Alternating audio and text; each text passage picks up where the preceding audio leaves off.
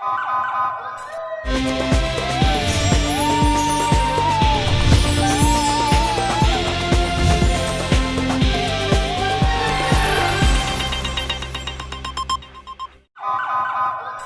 पहले नजर डालते हैं अब तक की बुलेटिन। जी बिल्कुल। डिप्टी कमिश्नर विहाड़ी आसिफ हुसैन शाह ने DHQ अस्पताल में आर्थोपेडिक वार्ड का अफ्ताह कर दिया।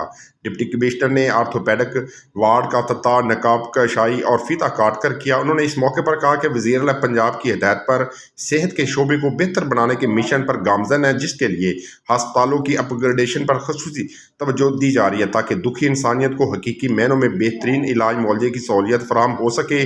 डिप्टी कमिश्नर ने आर्थोपेडिक वार्ड के काम को तरजीह बुनियाद पर मुकम्मल किया गया है, जिससे शोबा आर्थोपेडिक में मरीजों को मजीद बेहतर इलाज मुआवजा की सहूलियत मैसर आएगी। उन्होंने कहा कि वज़ीर आला पंजाब ने DHQ अस्पताल की अपग्रेडेशन के लिए 36 करोड़ 10 लाख रुपए से ज़ायद फंड मुख्तस किए, जिसमें से 13 करोड़ 70 लाख रुपए से ज़ायद डी अस्पताल के मुख्तलिफ बिल्डिंग की तमीर के लिए खर्च किए जा रहे हैं, जिसमें आर्थोपेडिक वार्ड, ENT वार्ड, आई वार्ड, शुबा अमराज कलब के काम को मुकम्मल करके फंक्शनल कर दिया गया है, जबकि रहायशी क्वार्टर्स और दीगर बिल्डिंग की तमीर जारी है। और इसके अलावा 22 करोड़ 40 लाख रुपए से orthopaedic ward, urology, neuro trauma centre और दीगर वार्ड्स के लिए जदीद मशीनरी व आलात खरीदने का अमल भी जारी है।